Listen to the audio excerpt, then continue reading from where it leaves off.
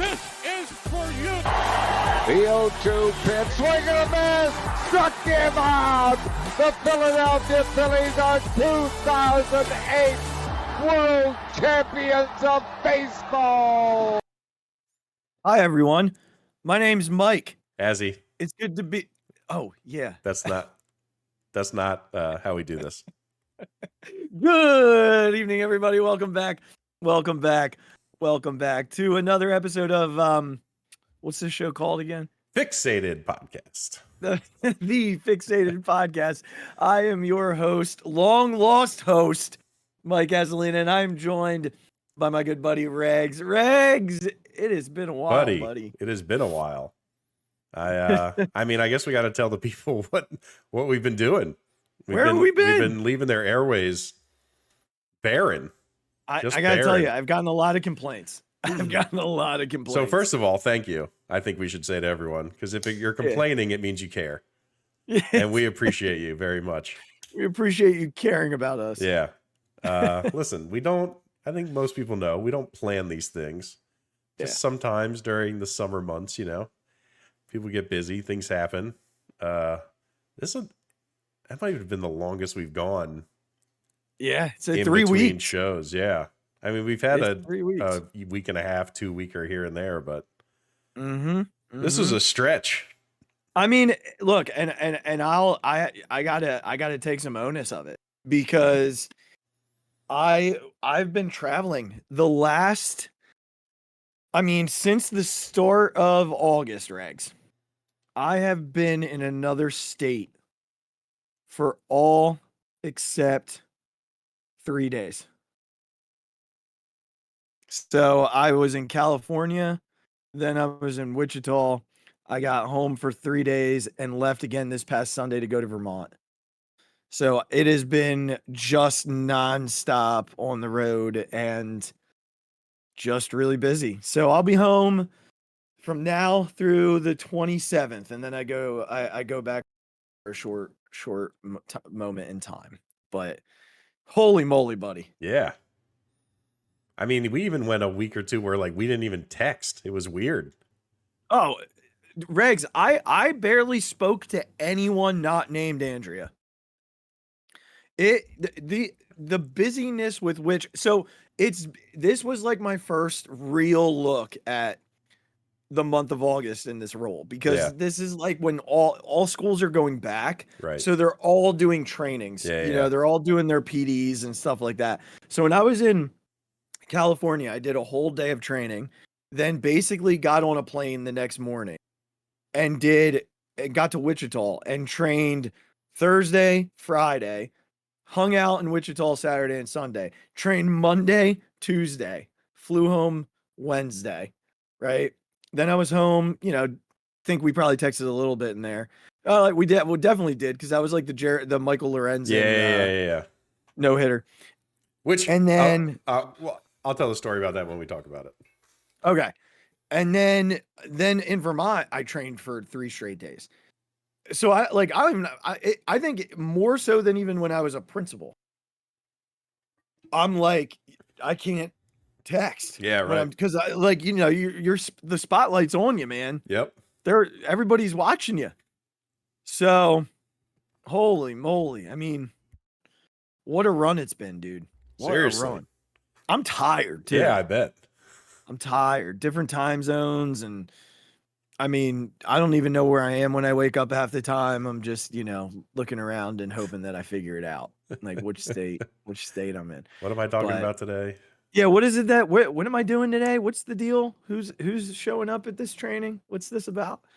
But no, it was fun. It's fun meeting new people, going new places. I missed my flight today, so that was a little rough at 6 a.m, but I still got home, buddy. I'm here. You made it. And we're back, and it's good. And we won't miss another show for the rest of the month of August, which is great. All right. Well, there you go. We're here. Again, for those out there who were worried about us or complaining, we appreciate you. Mm-hmm. Just keep that passion going. And keep sharing it, because then this will just be our job. Yeah. That would be ideal. Then we will literally never miss. We will never not be here. Not one time. Not one time. Not one time. They'll probably get sick of us at that point because we'll be pumping out so much stuff. Yeah, it'd be every day. Oh, yeah. It'd be obnoxious for everyone. Obnoxious for everyone. So we have like 3 weeks of Philly I was about to sports say, catch we got up some on. stuff to talk about, pal. We do. There's a lot of things happening, mostly positive. Yes. But obviously, no Philadelphia sport can be perfect. And while there's struggles in some areas at the Linc and some struggle areas at Citizens Bank Park, it feels like the entire Wells Fargo is just being set on fire right now. And I don't know, Regs, at this point, where you go when you have one of your stars, loosely termed stars, basically coming out publicly and destroying the general manager, right? And on camera, in front of people, just destroying him. He will never play in another organization. And repeating himself to make sure he wasn't heard incorrectly. Yeah, let me say it again. Yeah. I will never play in an organization for Daryl Morey again. So we have that. And then following that, Joel Embiid took Philadelphia as his location and processing out of pretty much all of his social media. So that's good. And then PJ Tucker posted something on Instagram about sticking with his guy attached to a picture of James Harden. So it's all falling apart right in front of our eyes. And we've not had a normal off season with the Sixers in decades. Yep. I said to you before the show started, I don't know where we go from here. I don't know honestly, at what point does the NBA step in with James Harden and be like, dude, you're done. Like no one wants you. Like you've everywhere this guy goes, stuff happens. And Joe, it's a whole thing, right? So Regs, I don't know where they go. Do you get rid of Morey? Like again, you're right. It's a culture thing, dude, because where's Josh Harris and all? Well, no. Buying the Commanders. Right. Yeah. Getting the game ball for a preseason game.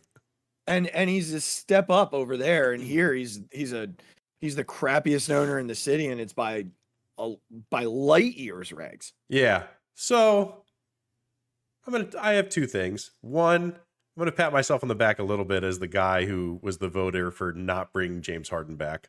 I'm going to give myself a little bit of pat on the back. You're right. For being sort of vindicated there. You're right. Secondly, I'm a little bit tired of the players thinking that like they're always right, because they're real quick to jump on like a GM if maybe he said whatever he might have said. Maybe he said, again, we don't know. Maybe he said, yeah, like we'll do absolutely anything we can to trade you. Or maybe he said, hey, we'll really think about like re-signing you. Who knows in what exact terms he said. Obviously Morey said something. It didn't come to pass that he actually was going to do it. Hence James Harden crying like a baby in public. But like when Anthony Davis says with 3 years left on his contract with the Pelicans that like, I'm done, trade me to LA. No one chirps up for the GM or like the team. No player like gets the back of the GM. They're always like, yeah, this is player empowerment and we get to do what we want to do and all that stuff, which I agree they should be allowed to do. But if you're allowed to screw people while you're under contract, yeah, like why is the other person not allowed to maybe say something that isn't completely true or go back on something they said? Like it's essentially the same thing. I don't think either of it is good. Like, let me just put that out there. I don't think either way is very helpful or good. But it's just one of those things that, and again, if I know I keep relating it to this, but it's because it's just like the standard that I think leader should be kept at. Even if, let's just like go back to the Tim Duncan Spurs. Let's just say Manu Ginobili and RC Buford had a disagreement A, it would have never gotten out into the public. B, Tim Duncan wouldn't have been like taking the Spurs out of his Twitter account or junk like that. Like, how about Joel? How about you just be a leader? And like, maybe you help figure this out. Mm-hmm. Maybe you step in to be the leader of the franchise and be like, guys, like, let's try and figure this out. You know, I get it. Some stuff was said, you know, this is where we're at. Let's see how we can figure this out. Right now, he's just being a wuss. He's just a wuss. Oh, let's do this. Like, let's take it out of my account on Instagram and Twitter and see everyone talk about me. And then let's see what they think I'm doing and all that crap. Like, it's just attention grabbing. And I just don't. I think ultimately, if you had a competent ownership, Daryl probably doesn't get let go. But I think that's the most likely scenario because you're not going to get rid of Joel Embiid. Like, you're not going to allow him to be unhappy or any more than he is. And like, if you're the ownership, you're not going to allow Harden to walk like for nothing, or you're not going to allow Daryl to like be persuaded to make some trade for nothing. I don't know. It's just whatever was said or whatever was done. I'm just kind of over the whole like pity party. Yeah, I agree. I and I'll pat you on the back and kudos you and take it on the chin that I wanted James Harden back. I don't know that I foresaw this being the case. Oh, like yeah, I sure. thought, worst case scenario, he would play on a year deal and not be happy, but he would just deal with it because like this is where he is. Clearly, and look, I'm not going to get upset with Daryl Morey for doing his job and not just settling on a deal. Yeah. Like, I'm not upset with him for that. And, we don't know what happens behind closed doors. We'll never know what happened on the other side of the street. So we don't know what was promised to him, not promised to him. And again, drama tends to follow James Harden. It tends to be the thing that, you associate. If we're playing word association and I say James Harden, you say drama. The sad part is that, when this was all happening with Ben Simmons, Joel stuck through it. Like, we didn't have, we knew Joel wanted to be here and stay here. I don't know that he wants to now. And I'm concerned. We've been concerned with the direction of the franchise. I'm more concerned now than I have been. It sounds like we might be heading in the direction of just an absolute implosion. And that you and I might be talking about more processing Sixers than we are competitive Sixers over the course of the next year or so. But I do agree with you. I don't think he gets traded. I just don't know that you can get rid of Daryl Morey right now because who the hell's taking over? And what are they going to do differently? Yeah. Like, are you just going to get a yes man in there to make sure that James gets what he wants? Like, as an ownership group, you're leaning on your people to make the right monetary decisions. Right. You're in such a worse spot if that happens. It's crazy. Yeah. Yeah. You're paying a dude who's 35, 36, something like that. Well, Yeah. how old is James? Like 36, right? He's our age. He's up there. So, you're paying this guy to, at the end of his career here. I don't know, man. I don't know. It's a mess, and there's not that much time to figure it out. No. Like, it's mid-August. In a month, they're at camp. The season starts in October. So I don't know. It's not good though. It's not good. And I don't want to stick on the negative vibes for too long because there are really positive vibes elsewhere in the city that I feel like we should focus more attention on. Sixers be gone. We barely spent time on them last October, November too. There'll be more to talk about. Somebody will say something stupid again, then we'll have more to talk about. I mean, at some point, they're hiding right now, and they should probably keep hiding. But there is football happening next door, and I don't really care much about preseason scores. I care about one thing through these 4 games, and it's that everybody's healthy when the time comes. Or 3 games now. Is it 3 games? It might be 3 games now. It is. Yeah. Apparently Tyree Cleveland out with a neck injury. Yeah, he got taken out on a stretcher. Stupid fans were doing the wave during it too. Of course they were. Idiots. Freaking idiots. God. You hate the wave so much. I hate the wave, and I hate it. I hate even more that Philly fans are going to be toasted for this over the next week because people are idiots and have to entertain themselves and can't just be there. But Regs, it's pretty cool right now going into the season. Really, your biggest concerns are who's your second linebacker and who's your backup quarterback. We're not going to spend a lot of time here. It's all over Twitter. If you're watching the game, one thing you're seeing is how bad Marcus Mariota played. Yeah. And how badly he played last week. I'm here to tell you something, Regs. And I'm one of the people, I texted you that he was playing terribly. You did. But why are we so concerned about that? We shouldn't be. I'm going to just a couple of things here. The first being, because this is going to be like a radio topic tomorrow. Yeah. Would should Eagles go sign Nick Foles? 265, blah, blah, blah. Stop. What are we doing? Here's the thing, Regs. This position is so overrated in this city because of what Nick Foles did. Yeah.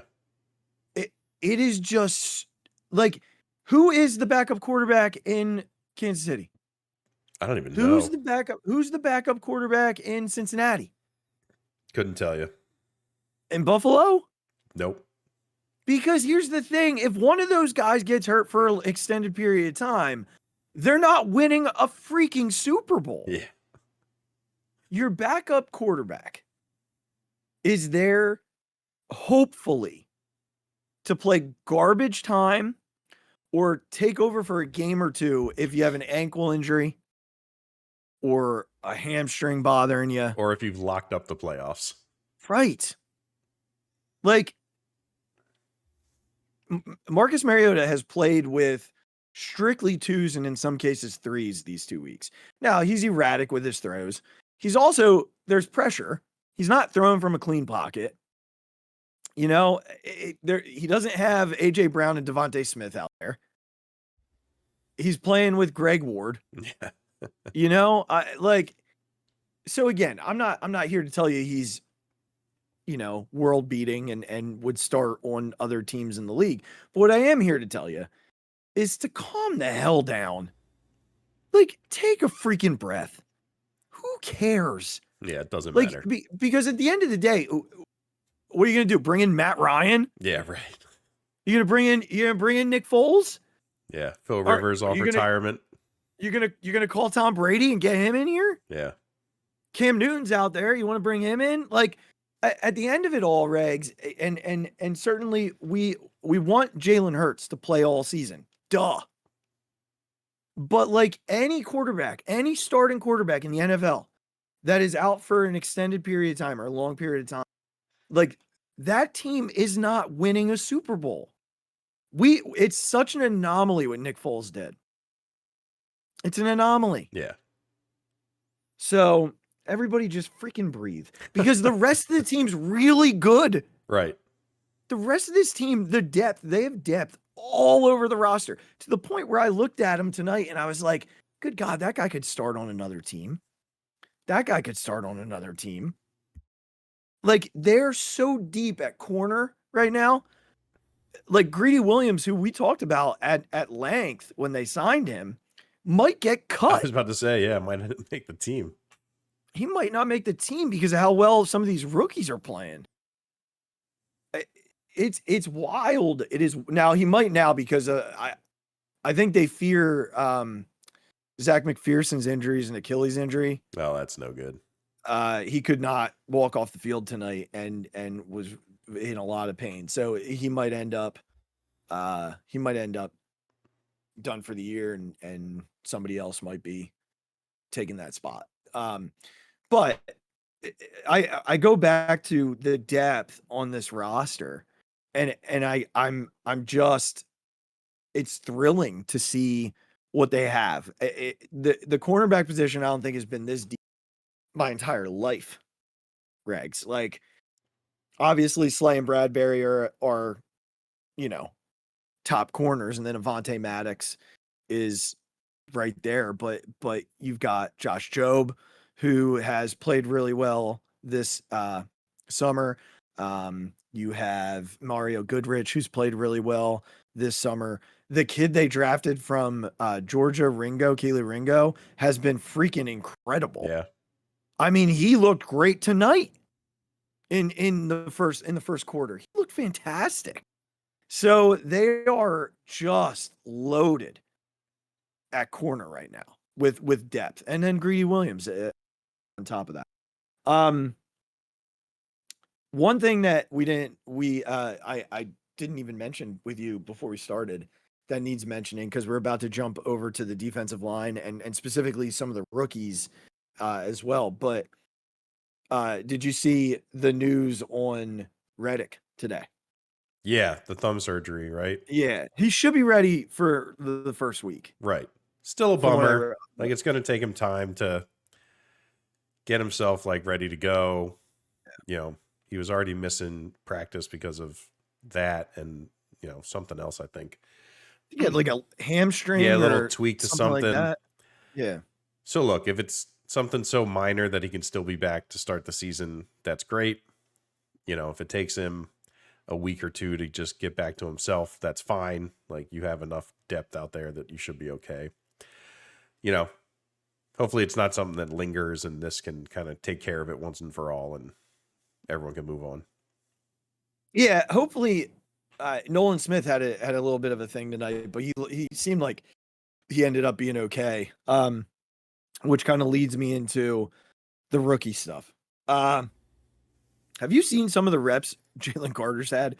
So this is where I follow on Twitter and stuff like that enough people that I see some of it, but like, this is where not being able to turn on like NBC. I'm mostly talking about the Twitter stuff. Okay, like, I'm mostly talking about things I see on Twitter. Yeah, because he only played one series last week. Yeah, he and tonight I think he only played one series.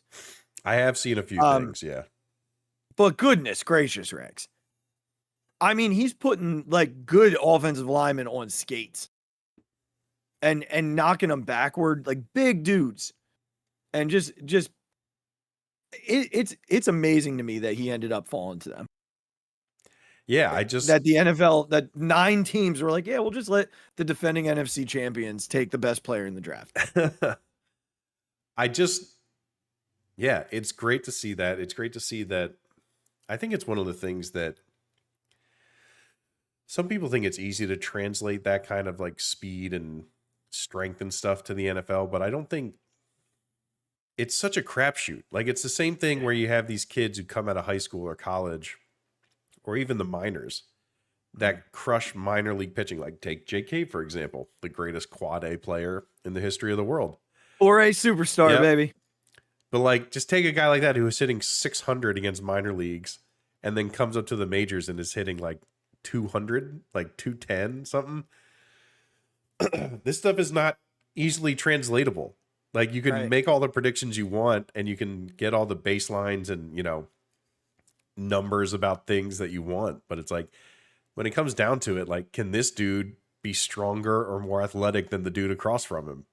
And that's not easily knowable until you see it. So yeah, it's like, it's a big deal that Jalen Carter looks like he can hang. It's a big deal that Nakobe Dean looks like he can hang. It's a big deal that Nolan Smith looks like he can hang. Like, those are big deals because you have no way of knowing until it happens.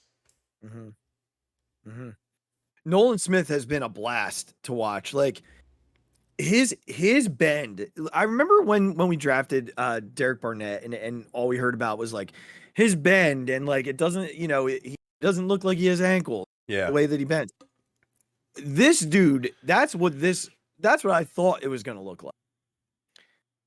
He shoots out of a cannon. Yeah, right. And then like in the open field, there were a couple plays early in the game tonight where they ran like a tight end in motion and rolled the quarterback out with him.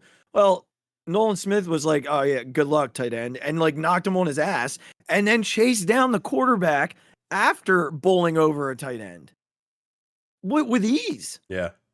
I mean, he is everywhere. One other thing I noticed early in the game tonight was Desai blitzed like 3 straight plays. What is that? I'd never even. What in the world is going on? I don't know. I didn't know that was a thing teams could do. He blitzed on 2nd and 8, and then he blitzed again on 3rd and 6. Back-to-back plays. He sent two guys on 2nd and 8 and one extra guy on. Yeah, who knew that was a possibility? And he did it, it was basically your second string defensive line. And Dean, but you consider that's going to happen with Reddick. Yeah. And well, I guess it could happen with Smith out there, but Sweaty, Cox, Graham, all the guys, the whole crew. Couple other things to talk about here. From that draft, I think we talked about Sidney Brown, the safety from Illinois, on the show. Well, he led the team in tackles last week. On his first play from scrimmage tonight, he freaking blew up a running back on a play, like just blew him up. I think this kid's gonna be loved here. I think he plays like a maniac. Yeah. And I don't think it'll be long before he's starting. He's already getting first team reps. He's shot out of a cannon, man. He's just everywhere. Yeah. He's everywhere. Yeah, I was listening to Go Birds where they were talking about in the joint practice. Like, I think the Eagles came out day 1 and were kind of flat, and they kind of got beat up. Next day, they come out and Sidney Brown, like off an interception, lays out some Browns player near their sideline and like is chirping at him. And it's just like, he just seems like a maniac. Yeah. Like truly. Yeah. And you look at him and he just looks like he's going to be like a perennial Pro Bowler. Yeah. He just looks like the guy just looks terrifying. Yeah. So look, I mean, that kind of stuff. He's a rookie, so he's going to do that stuff in some games, and I'm sure he's going to look really, really bad. Like, he's going to look really, really bad.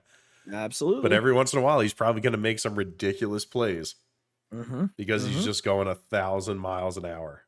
Yeah. And hopefully the ideal is that he figures out a way to put all that stuff together and just be a playmaker. And just be a guy who can go out there and just like changes games. Like those types of guys make plays that no one else can because of how fast they're going and how quickly they can figure out what's going on. So yeah. And just a couple of other rookies. Tanner McKee, the quarterback that they took in the 6th round, who we were all like, "What the heck is this?" Yeah. Honestly, Regs, the kid has looked good. He's looked good. He was 10 of 20 last week, made some really nice throws. Tonight he came out, made a really nice throw to that Ngata kid who's also looked good and has run on the offensive side at receiver, which has been a nice little surprise. We talked a little bit about him when he went undrafted and picked him up and could be a sneaky little pickup for them, and certainly looks to be that way right now. But McKee, very poised. The arm strength is better than I thought it was.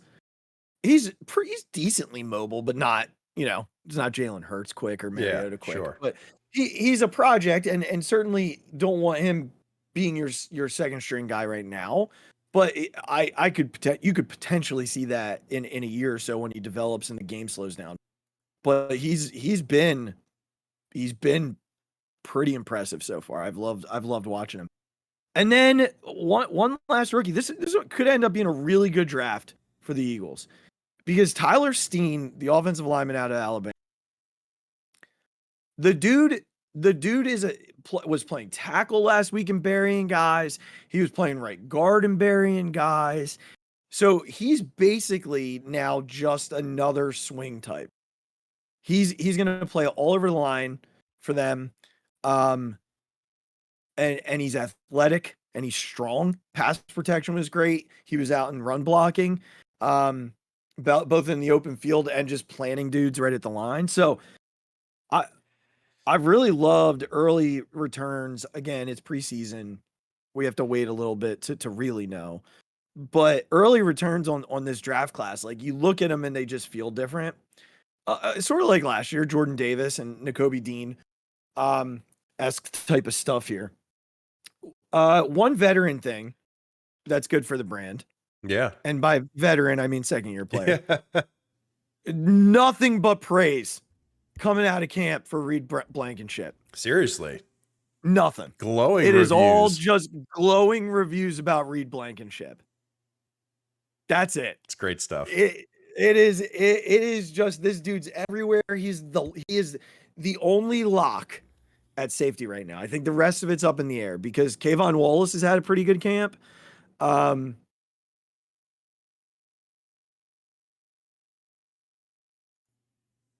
And then you've got Terrell Edmonds, who's the veteran they signed from Pittsburgh. I haven't heard like great things. I think he's just kind of been him.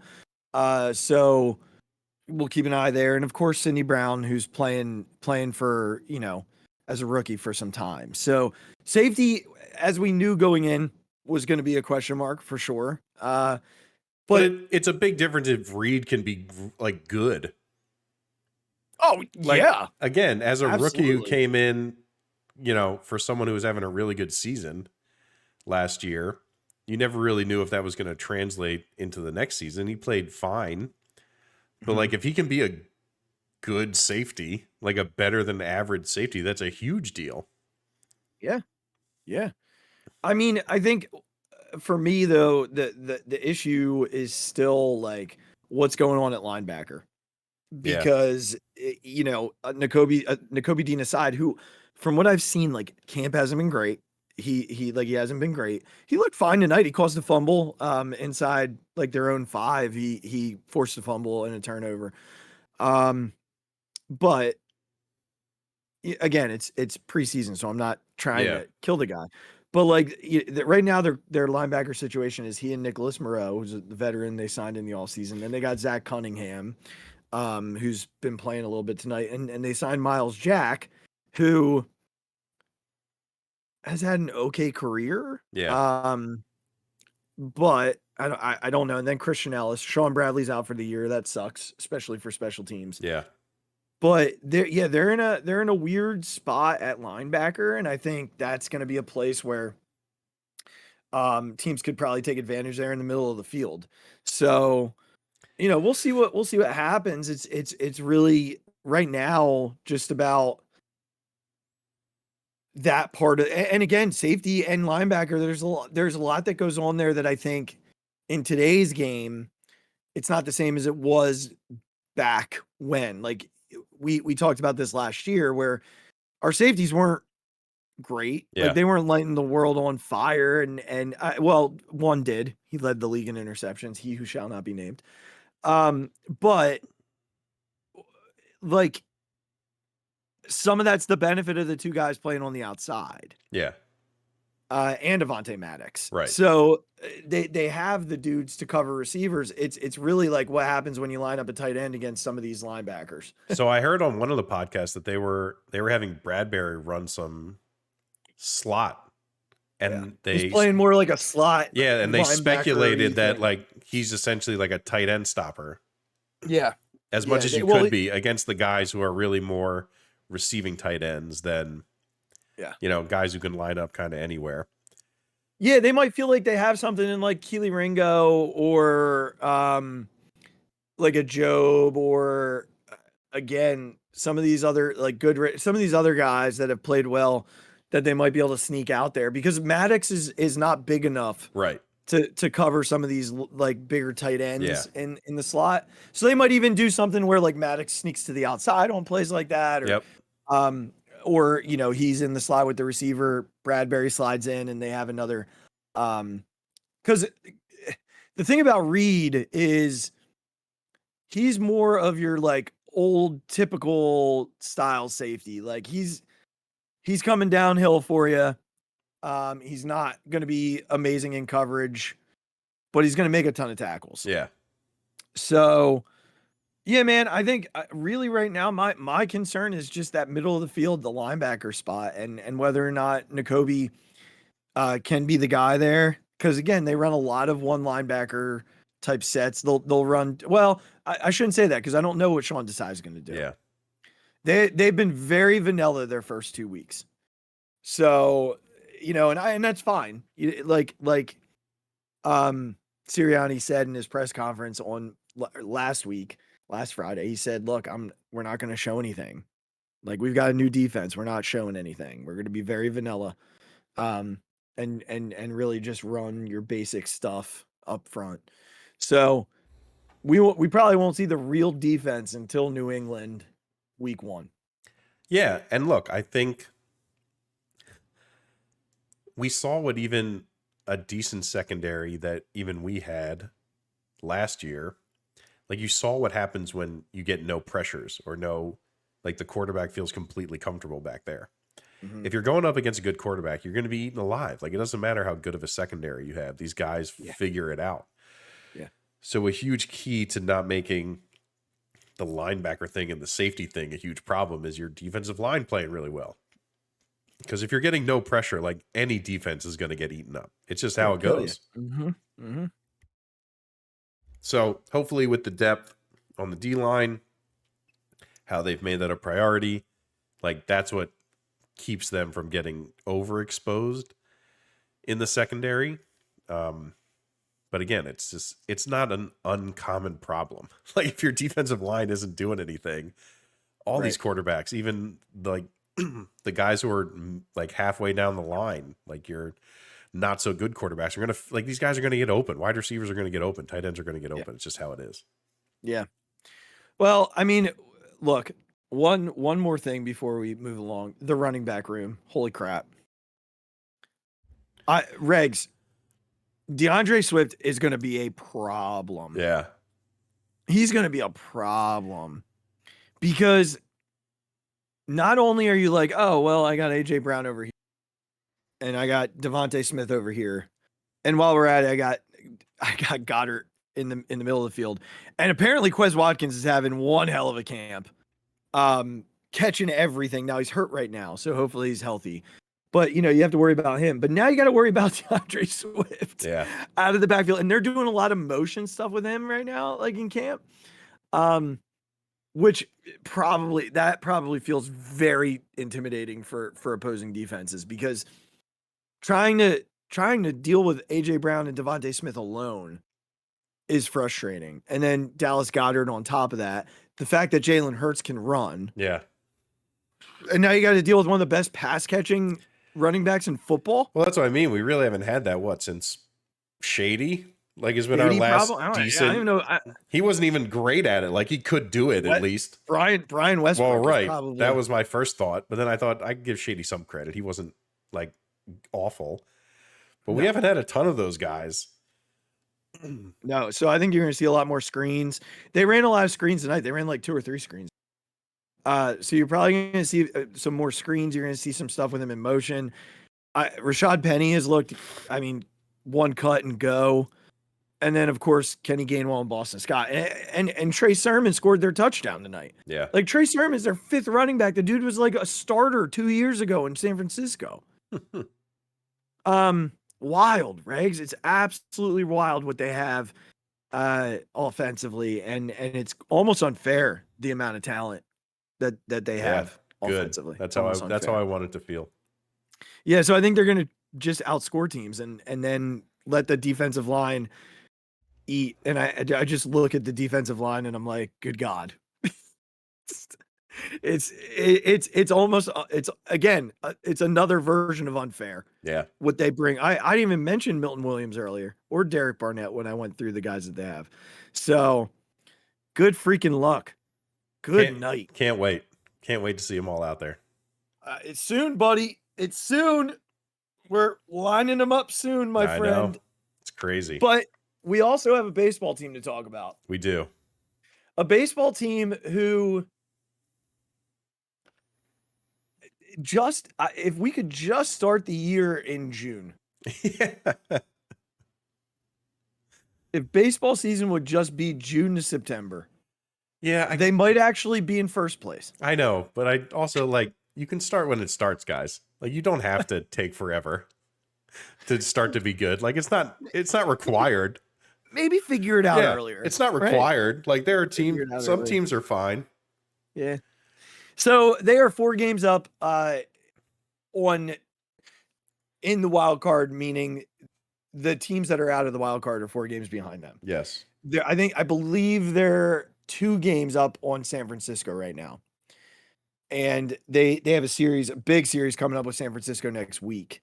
So that'll be important to maybe get some separation there. Even if they only take 2 out of 3, that'd be fine. They get another game on them. Yeah. So 4 games in this it's nice because they're right now playing to host that wild card series, which is great news. Yes. And the offense was really stagnant there for a stretch. They were still winning games. It wasn't to the point where like they were in a free fall. But finally, Rob Thompson made some changes and dropped Trey Turner down. Yep. Lower. Dropped JT Realmuto lower. And moved up some of the guys who have been their better, more consistent hitters all season. When he moved Alec Boehm into the 2-hole, thank you. Yep. And Bryson Stott into the 5-hole, thank you. And the offense has been better. Now, sure, they've had their games where they have not hit. And I see a lot of posts on Twitter about, they're facing better pitching and now they're not hitting. Well, that tends to be the case in Major League Baseball. When you face better pitching, you don't hit. Like, come on, guys. The expectation that they can win every night is just ridiculous. Well, yeah, sure. And because they were winning almost every night, 2 in a row, 3 in a row, people are losing their shit. And I'm here to tell you, they lost 3 in a row, but guess what? They're still 4 games up in the wild card. Yeah. This will happen. Yeah. I think it was more so not winning the series against the Twins at home is tough. Especially after you won the first one. Yeah. They're not like the best team in the world. Again, we faced, they're decent pitchers. So that's fine. And then I think if you had asked any of us at the start of the season, if we split 2 games in Toronto, we would have been perfectly happy with that. I think we have a winning record against Toronto this year. But that's what I mean. Like, if you would have said that we split in Toronto, yeah, that would have been perfectly fine with us. Yeah. So it was just that they all 3 were together, and that this team, like you said in the beginning, was a team that would win 5 of 7 and then like lose 4 in a row. You know what I mean? So like we didn't want to get back to sort of that. I think it was everyone's real concern. I think, look, you saw Boehm was doing awesome while the offense was doing great. He hit a little bit of a skid in the Twin series and that first game in Toronto. He's like 1 for 16 or something at one point. And the offense kind of like sputtered. Like, that's how that 2-hole goes. You saw it when Trey was in there and not doing well, like how much it hurt everyone else. I just think it was, you have to, for anyone out there who's saying, oh, they only like played bad teams or bad pitchers and all this stuff. It's like, well, you still have to beat them. We've seen this team plenty of times go into Arizona and lose 4 to a terrible Diamondbacks team, or, play the Nationals and lose 2 or 3 for no reason. You just keep winning series. You keep chugging along, and like the Marlins finally came down to earth. The Reds finally came down to earth. The Cubs obviously picked it up, but like the Giants, started losing a little bit. So they caught it at a good time. They caught it at a good time where the rest of the teams around them were kind of going down. We were going up, and now we're in a good spot for this wild card. Like, again, there's really no chance we catch the Braves. So this was the next best thing. Yeah, there was a point where I was starting to hope like we could cut into the Braves a little bit, and then losing 2 or 3 to the Twins kind of fell back. Especially because you play the Braves 7 more times. They had gotten into 9 games, and I was like, maybe. That Braves and team now is so crazy. Yeah, but you know what, Rags? They're also so beatable. Yes, that is very true.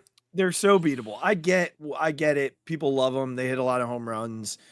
They're very talented, but so are the Phillies. I actually believe the Phillies are the next best team in the National League when it comes to just pure talent and roster depth. Have they played like it all year? No, but I believe they're starting to get to that point, and guys who we expected to hit are figuring it out at a really good time, which kind of leads us into that part of the conversation.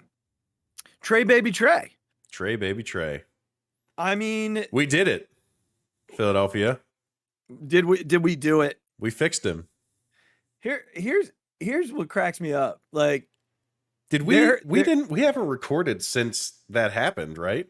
No. Okay, so we have to. No. I mean, we have to have this debate now because it's been the debate that everybody's having. So I was at the game against Baltimore where he got ejected. Yeah. I was there at that game, and I said to Andrea on the way home, I was like, he's gonna get benched. They're gonna sit him. And then when he made the error in Miami, who are they playing in Miami? And he took accountability. I was in Wichita. Yep. And I said to a guy the next day who was a Phillies fan, I was like, did you hear his interview after the game? Because the guy was going off on him. And I was like, look, did you hear the interview? Because the interview is exactly what he should have done. He was accountable. Philadelphia likes accountability. We will get behind you. Most of us will get behind you 1,000% if you can be accountable. And sure as shit, Philadelphia, most of them, got behind him when he came back home. So what's the debate? Is it should we have right. Oh, this isn't real Philadelphia that giving a standing ovation to a guy making all that money, blah, blah, blah. Yeah. Go to hell, you people. What do you want from us? If we boo, you tell us we're crappy fans. Right. And if we cheer, we're not hard enough. Right. Regs, I believe I was actually going to do this in Phixated. Oh. Can I do it in Phixated? Yes, we'll move on. Okay. All right. Well, I want go. If you want to say what your thoughts are, please go for it. I just think that take of like, oh, he's making $300 million and I go to work every day and like nobody cheers for me if I mess up and all this garbage is like such BS. Like, fine, don't go to the games and be sad, like, and be angry all the time. Like, I'm sure everyone loves you where you work. I'm sure your family's real happy for you that like you're that much of a dick all the time. Look, man, here's my take. This is this dude's first year of an 11-year contract. Why would we just did it to Alec Bohm, who was on his second year with us. Like, who, again, I know he's not making that much money, but we wanted as a fan base Alec Bohm to be around for a long time. Like, we saw this kid get hit. Like, we wanted him to stay. And like you said, what did he do when it happened? He was accountable. He didn't back away from it. And the next day, people cheered him for it. Sure did. Like, it's just such a stupid thing to me to say, like, oh, like this, why should we do this? Like, nobody claps for me when I mess up at work. Like, yeah, because no one cares. No one cares. We care about Trey Turner doing well. Do you know why? Because he's on our baseball team. Yeah, I don't care about John going in and crunching some numbers at the office. I don't care if you put the wrong glue in your plumbing pipe, guy. Yeah, and you know what I mean? And no one gives me a standing ovation, if I struggled giving a presentation. Right. No one cares. And that's fine. Exactly. Whatever. But you know why we care about Trey Turner? Because he's on our baseball team. Because he's on our baseball team. And he's going to be on our baseball team for a long time. And you know what I would like? I would like Trey Turner to be a good baseball player for the rest of his time here in Philadelphia. At least six of those years. I understand that the last of it is whatever. Who cares? I'm not thinking about that. You know what I need? I need Trey Turner and Bryce Harper to win me a World Series. Just give me one. That's what I need. Give me one. So if I need to show Trey Turner that I have his back and that this city and this fan base has his back, I'm all in. I'm all in. One. Give me a World Series, Trey. Give me a World Series, Bryce. And look, for all the people who said that, look what's happened. You need proof. Is he on a 9-game hitting streak now? It was 11 or 12, wasn't it? Yeah. I look, man. I've been all over the country. I think it got up to 10, and then I don't know if he went over 4 in one of those Twins games or something. All right. I'll have to look back and see. But anyway, so let's jump to this because we didn't even do a trade deadline show. And they traded for Michael Lorenzen, a straight up deal for their 5th best prospect, a guy who I really liked, but in terms of this deal, I think it was the right move. He's blocked. Kid doesn't have a position because Bryson Stott is going to be here for a really long time. So it was the right deal. That being said, Michael Lorenzen has started 3 games now? 2 games now? 2 games. 2 games. He has gone 17 innings, allowed 2 runs, and in one of those starts, he didn't allow a hit. So I want to hear the story, Rags, about the no-hitter before we talk about it. So we are leaving for Tennessee that next day. So we're waking up at 2 a.m. to get in the car and get on the road. So my deal when I do that is I go to bed right after work. I get something to eat and I go to bed. I get in the guest room. I close all the, close the doors, close the windows. I'm in my little pod. I go to sleep. And of course, I watch the Phillies every night. I don't miss watching games, or I follow, if I'm not actually watching. And of course, this is the night where I turn everything off and I go to bed. And so sure enough, because I went to sleep at 5:30, I woke up at 10:45. I'm like, all right, well, I got to go back to bed at some point. But I check my phone. Well, let's see how the Phillies did tonight. The guy threw a no-hitter the one night that I go to sleep and I don't actually watch the game. The dude throws a no-hitter. Yeah. Yeah. So you know what I did when I was in the car? I turned on the game and I watched the entire thing during my drive to Tennessee. Because I just had to say that I had watched it. I couldn't believe it. I couldn't believe that happened. Then one night I go to bed and don't pay attention. So let me walk you through my experience. Yeah, please. I had just gotten home from Wichita, and I told Andrea I'll grill dinner tonight. I'll grill steak, and I went out and I started the grill, and I looked at the clock, and I was like, "Oh, the game's starting." So I'll just go turn it on, bounce in and out, in the midst of grilling. And same thing during dinner. I'm bouncing in and out of the living room and watching. Think by the time we finished, it was the 4th inning. So I went in and sat down and I was just scrolling through my phone. And it was one of the innings he had walked someone. Again, kind of absentmindedly watching. And then the 5th inning finishes and the little score pops up at the bottom, the top of the 5th. And I see it. He's giving up no hits. And I'm like, huh, cool. And Regs, at no point did I realize it was happening through 5. And then the 6th, 7th, and 8th, I'm clearly invested. Yeah. And Andrea tried to get up off the couch in the 9th. And I was like, don't you dare. Sit right back in that spot. Yeah. Find your ass print. You don't mess around. You don't mess around with that. So then I'm I'm at a point where like I want to stand. Yeah. You know, but I don't want to move. Yep. And we're also dealing with a smell in our house because Maverick got skunked. That's the other part of the story. Because Andrea's like, can you go light a candle? And I'm like, not right now. I'm trying to keep the dog off the couch. I'm trying to watch the no-hitter. I'm doing all the superstitions. Mm-hmm. And then like, you know, you're watching his mom and you're watching his wife and you're watching Liam Castellanos because he's all over the place. Yeah. And Regs, lost in all of it was Nick hitting number 200 for his career. Yep. Weston Wilson's first at bat, his second swing hitting a bomb. Yeah. All of that goes to gets cast to the side because Michael Lorenzen throws a 128 pitch no hitter.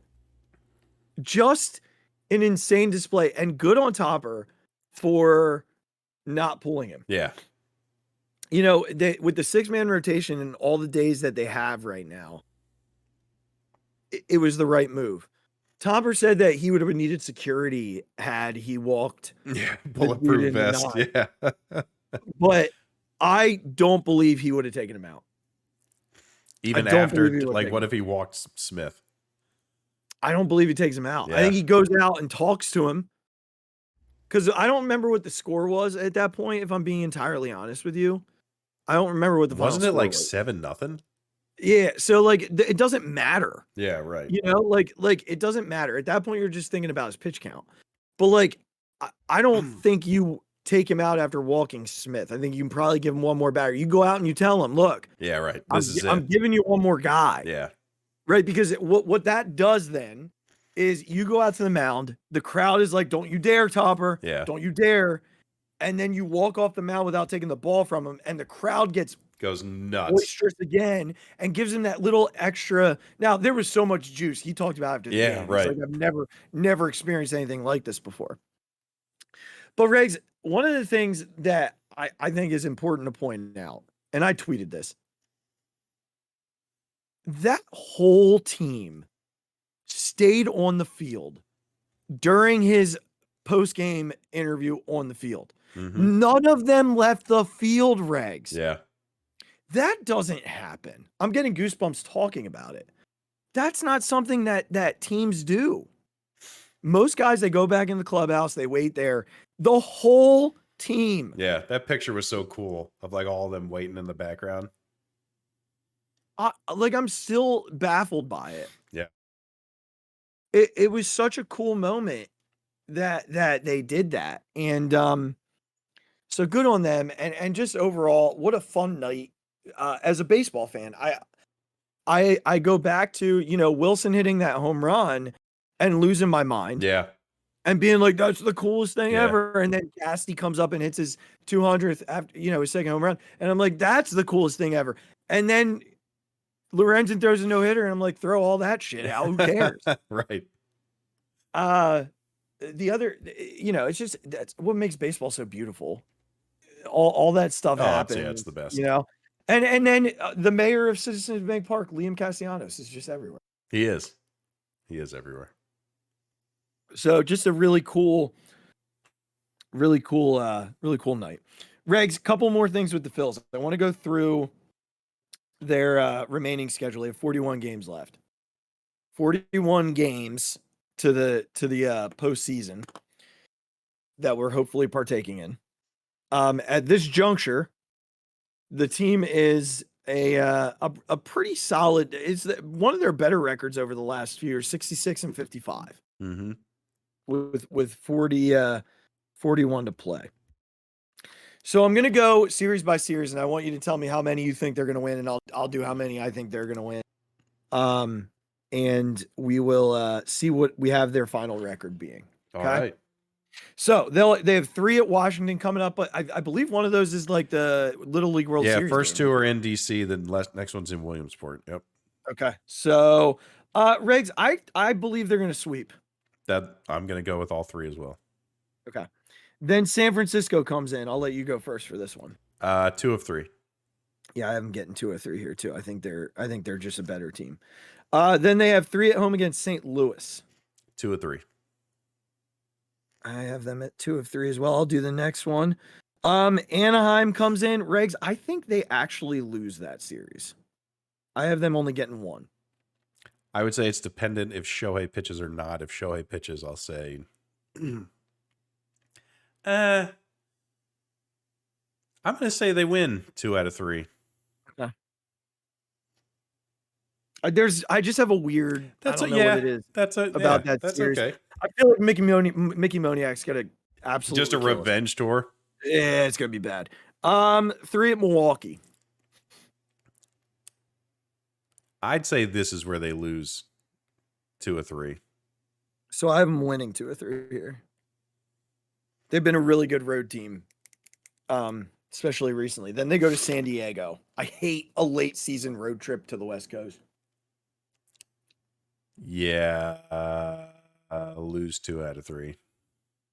Yeah, I have 1 here as well. But one thing I will say is that could be a very disinterested San Diego. I was about to say San Diego is way out of it. So yeah, that could be a very disinterested team.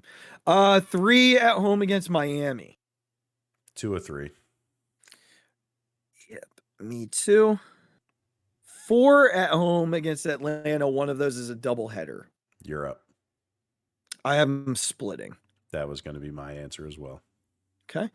3 at St. Louis. Win 2 of 3. Yeah, I have them winning 2 of 3 there as well. 3 at Atlanta. Lose 2 out of 3. See, I actually have them winning 2 out of 3 there, and I'll tell you why. At that point, Atlanta's got 13 games left. They just have it wrapped up. Yeah. Yeah. So I don't think you're gonna see their full. I would agree with you if that is the case. Yes. And I think it will be because we're gonna be the team chasing that. Yeah. So then you get 4 at home against New York. You're up. I haven't taken 3 of 4. Yeah, I'm good at that. Talk about a disinterested team. Oh God, I love it so much. 3 against Pittsburgh at home. Sweep. I'm going to say 2 out of 3.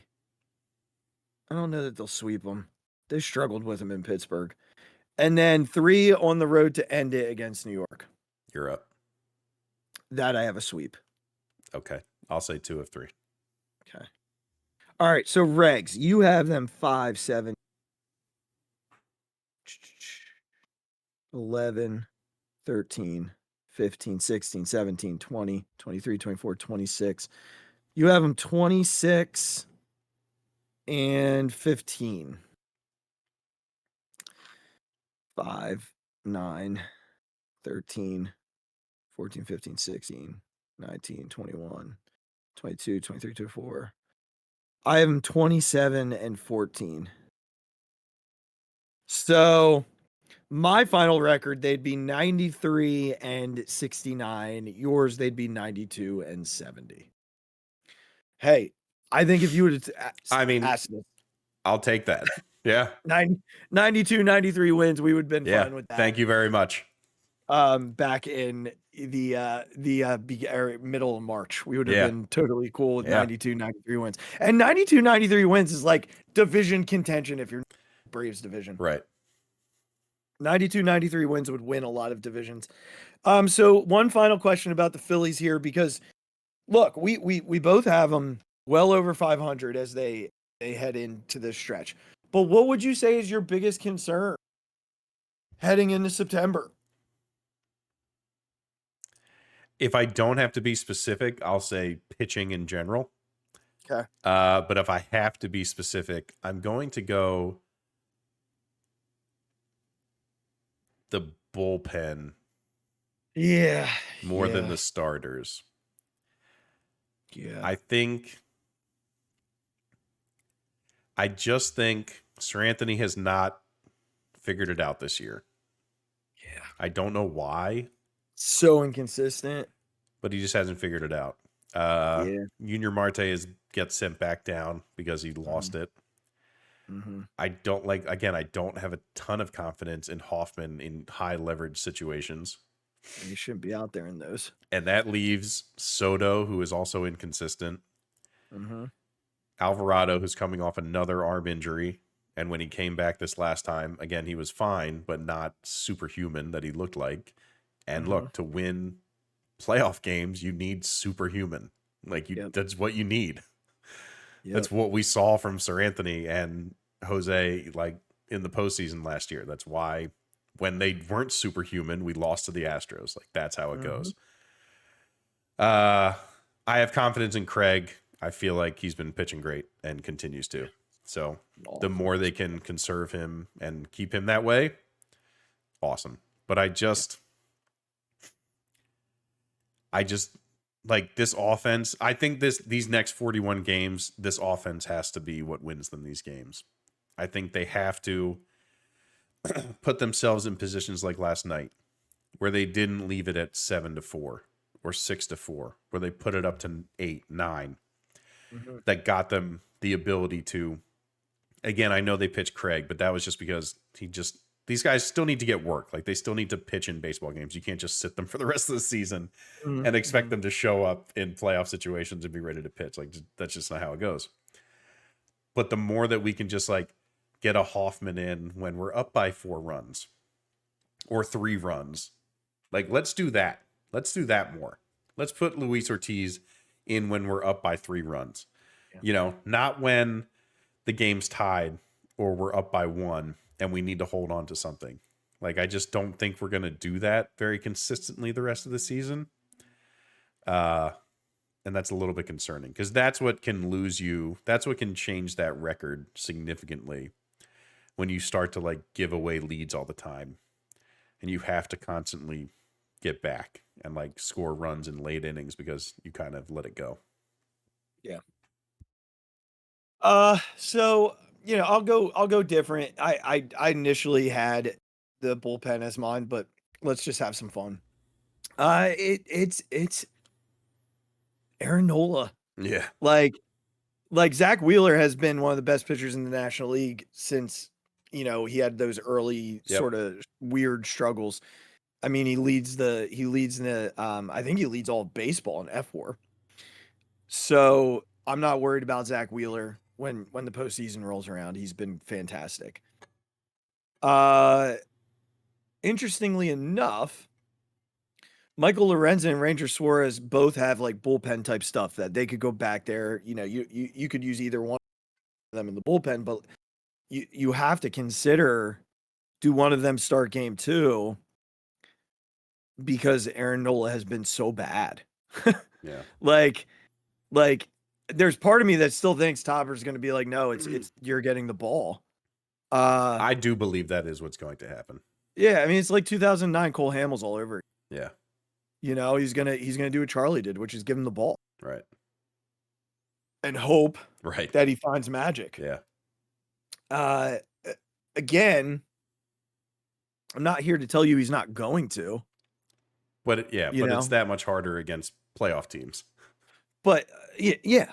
There, you say you get to that wild card series, and you don't get you don't have that magic inning against the Cardinals. Yeah. And you get Aaron Nola, this version of Aaron Nola in game 2. Yeah, with your life on the line. With your life on the line, right? So, because you're getting whoever's stud. Yeah. In game 1. Mm-hmm. And if you now again, you might have the luxury of Citizens Bank Park. Yeah. Which is a game changer. If you're not used to playing in that type of an atmosphere, you're in trouble, right? So, as of the moment, the Phillies would have the Giants at Citizens Bank Park. And I believe it would be Ryan Webb, if I'm not mistaken. I don't necessarily think. Who else do they even have? I don't know if that's their ace though. That's my thing. I'm just scrolling here. Luke Jackson, Sean Manaea, Taylor Rogers, Ross Stripling. I think it's Logan Webb. I think that's the ace. Yeah. They have Alex Wood too. Yeah, Logan Webb's, that's who you're facing. He's good. So, you're really, part of me is like, and here's a wild thought. Like, do you start Aaron game 1 and just hope? And that way you have Wheeler with your life on the line. Like, because my biggest concern right now is that's interesting. Zach Wheeler in game 1, and you don't hit because you're facing Logan Webb. Right. And now you got to depend on Aaron Nola, who's going to at some point implode. Or just keep giving the lead away. Yeah. So, and look, I'm not a believer, just to be clear. Like, I want Zach Wheeler starting game 1. Yeah, I know. I get it. I'm not telling you that, but it's a thought process that, like, how do you, or do you just, he's game 3. Right. And you if throw Lorenzen, a Ranger, or if Lorenzen continues to pitch the way that he's pitching, he's your game 2 starter. You know, over Ranger, you think? Yeah, Ranger just hasn't been right. He looked better his last start, but something's just like, he just hasn't been right. And right now I gotta tell you, I have no interest in a Taijuan Walker start. I mean, in a game 4, like in the division round or the NLCS or the World Series, like I can get behind that, because at that point you're facing someone else's fourth starter. I even heard on like on Phillies Therapy that The Athletic does with Gelb and another one of their writers, like you could potentially see Taijuan Walker off the roster for the wild card because he can't really pitch out of the bullpen. And if you're gonna go with a different, number 3 starter, why not have an extra bullpen arm? Yeah, because you can move Lorenzen or Ranger to the pen, right? And pick up an extra arm like a Marte, right? Or a Bilotti or a Nelson or whatever. Yeah, Nelson and Brogdon, I didn't even know they're still alive. So you could do something like that for sure. That would make sense, because I'd rather Ranger or Lorenzen start a game 2 or 3 or whatever. Right. And the other one in the bullpen, because they both have bullpen stuff. That makes sense. But then, you get to a 7-game series. Yep. And Walker's fine in that spot. Yes. Like, because again, I take a Taijuan Walker over most teams' number 4s every day of the week. I actually think the Phillies have such a jump from last year in terms of rotational advantage in a longer series, because Taijuan Walker is better than most 4 starters. Yeah. I actually can't think of a team whose 4th starter would intimidate. Well, maybe the Astros at this point. Well, yeah, of course, because they got Verlander back. So that is a place where it could be, where he could be overmatched. But I'd still take him. So yeah, it's Nola for me, man. Like I just, every start I'm like, I just want to see vintage Aaron right now. I want to see vintage Aaron, and we got him last postseason. We got him, but we also had good Aaron Nola most of last year. Yes. So, classic Aaron Nola to do better in a non-contract year than in a contract. Just, he's such a confusing. I don't understand it. I know. Yeah. All right. Well, let's do this. Fixated. You talked about a little bit earlier. I go back to, what do you want from us? What do you want from Philadelphia sports fans? Because we get shredded when we boo. Actually, we got shredded when we booed Trey in the Orioles series. And then we do something like give him a standing ovation and, oh, we're soft. And I want to start by saying that I feel like those who stood and gave him that they gave him did the right thing. We've all been through it. Like, we have all been through struggles. And I'm sure we've all wished that we've had 40,000 people standing for us and clapping for us and patting us on the back and high-fiving us, all of it, right? When we go through our moments, because we're human beings and we have them. This is a dude who is playing in a new city. There's a lot of pressure on him. He was the last piece to the building that was supposed to be the World Series project. And there's a lot of expectation. And if there's something that I've learned about Trey Turner as he's come to Philadelphia, that we're not the only ones who have high expectations for him. He has very high expectations of himself. You can tell in his body language how frustrated he was. I've never seen him emotional before. We watched him play a lot in Washington. But when he got ejected in that Baltimore game, I turned to Andrea and I was like, he wanted to eject. He wanted out. He didn't want to be on the field. So when you see someone in your life who's struggling and dealing with like the most negative that they can do, shit is just falling apart around them. What do you do? Like what do you do as a friend, as a husband, as a brother, as whatever you are? You find a way to support them. You do whatever you can to have their back. As a sports fan, the way that you have an athlete's back is by cheering. There's a time to boo. Like, there absolutely is. And I feel like we did enough of that. Trey knew how frustrated we were. He was frustrated too. It's not like this guy isn't staying in at the clubhouse in the cages till 1 a.m. There are many players have said he's there early and stays late. He's trying to figure it out. He's not trying to make errors. But this game is so mental. It will take you for a freaking ride every single day. The power of positivity is very real. It's funny because I 2 Phixated ago, I talked about how being such a positive person can put me in a really dark place when bad shit happens. But like when I've seen it in my own life and in my own leadership, that when bad stuff happens to other people and you are positive to them and you bring positivity to their world, it changes everything. It flips everything. And we saw it with Trey. And yes, I do credit a lot of what has happened since that standing ovation to the standing ovation.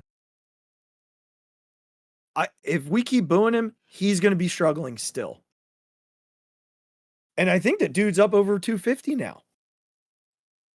Imagine Trey Turner at the end of the year being up over 260 after what he went. What an accomplishment that would be. And why? Because the fans came and supported him in his most down moment. That dude looked right at the camera after that Miami game. Is my fault. And when you have a professional athlete who's being paid a lot of money and who really cares and has spent his entire career being one of the best players in the game, look you in the eye through a camera and say, that was on me. I was on base. I made the error that cost us the game. Hell yeah, I'm going to get behind him. I'm absolutely going to get behind him. If I were home, I would have bought a ticket to the game just to get because he deserved it. He was accountable and he showed that he gave a shit. We've had plenty of athletes come in this city who have not given 2 shits when they've struggled. We talked about one at the beginning. We talked about 2 at the beginning. 2 guys who took no accountability when they lost Game 7. But yet we will praise one of them up and down, and I'm at fault. We had a quarterback who did it before the one that we have now, who would never be accountable. The same generic, I got to be better. Cool. I'll tell you what, Jalen Hurts won't have trouble if he struggles having people behind him because he will be accountable. So we did the right thing, Regs. The city did the right thing. And I do believe it has changed everything for Trey Turner. So that's what I'm fixated on. Good job if you were at that game. I'm glad you did it. I'm glad you did it for a lot of reasons. People need to figure out what they want from Philadelphia sports fans because we tend to not be able to do anything right, Regs. No, see, I see us. We can do anything. That's what we can do. Sure can. We got the magic in us. That's right. All right, y'all. Well, hey, thanks so much for hanging with us. We know it was but we had 3 weeks to catch up on. We did. And I think we did a pretty damn good job of it. We didn't really go any longer than any of our other episodes either. We were just more compact. That's right. We're getting good at this. Right. That's what. That's right. That's right. That's right. All right, everyone. Make sure that if you have not already done so, click subscribe below us here on YouTube. so that we can build that number on up. And then while you're at it, go to wherever you listen to your podcast and make sure you subscribe and rate us there as well. You can follow us on all social media at BNB Podcast on Instagram, same on Twitter, at the Phixated Pod on Twitter, at the Mic Drop 5 for me, at Big Regs with a Z for him, and then at the Phixated fan page on Facebook, as well as clicking the merchandise link in the show description below. I didn't forget how to do that, Regs. That was 3 weeks great. later. Nailed it. Got it. Listen, it all we will came talk back. to you. That's right. We will talk to you all next Thursday evening, well, Friday morning. But we appreciate your patience and so happy that you came back to join us for this episode. Next week, we will probably lock in a little bit on the upcoming Eagles season and some predictions to get those out of the way and ready to go here as we towards September. We hope you have a great week ahead, that you're kind to yourself, kind to one another, and take care. We will see you next Thursday. But in the meantime, go Phils. Go Phils, go Birds. We love all of you. Except you, my God, deep to right field, way up there, and way out of here! The Philadelphia Eagles are Super Bowl champions. Eagles fans everywhere, this is for you.